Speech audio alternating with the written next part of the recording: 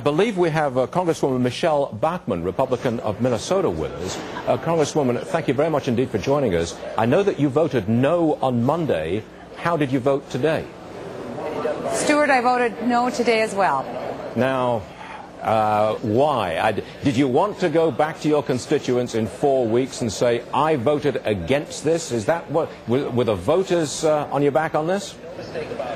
The reason why I voted no today is the same reason I voted no on Monday. I didn't believe that this bill would actually address the underlying issue, which is the credit crunch that is very real, that's facing every American consumer and every American business. I believe Congress will have to come back again, Stuart, and do some more changes, more reforms to actually address the credit crisis. Remember, on Wall Street, every investment bank has failed. The only investment bank that there is today in America is housed under the United States Treasury.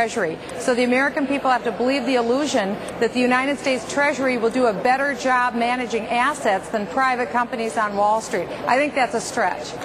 I would point out to everyone that the Dow is now up a mere 30 points. Congresswoman, I have a question for you from Liz McDonald, who's sitting right next to me. Congressman, you make a great point here. The question is, we saw the similar crisis happen in Sweden in 1991. Could it be that Congress comes back and says, we need to directly capitalize banks and to stress financial institutions by taking equity stakes or buying debt warrants directly in these institutions instead of auctioning off their toxic debt?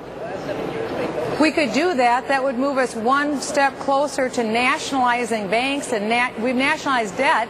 Now we would nationalize equity. And it really is the two philosophies. The Democrats that have controlled the United States Congress, the House and the Senate for 2 years, agreed with President Bush that we need to nationalize all bad debt. I think eventually that will come back to haunt us. This is a $700 billion slush fund. I think there's great potential for corruption in the middle of all of this money, and I think we're going to rue the day that this bill passed. Are you just speaking purely politically at the moment? We've seen Speaker Pelosi come out and hold a news conference afterwards. Rahm Emanuel is speaking right now, both Democrats. Steny Hoyer spoke, a Democrat. Is this bill, this successful bill, now hung around the Democrats' necks, do you think? Well, I think that what the Democrats will do is hang it around Republicans next. I think that's what Nancy Pelosi has been waiting to do. Remember, Barack Obama has promised $1 trillion in new spending. He's promised to cut taxes on 95% of all Americans, including the 40% who pay no taxes. And now we're looking at this $1.3 trillion bailout, and we don't know who's going to pay for that.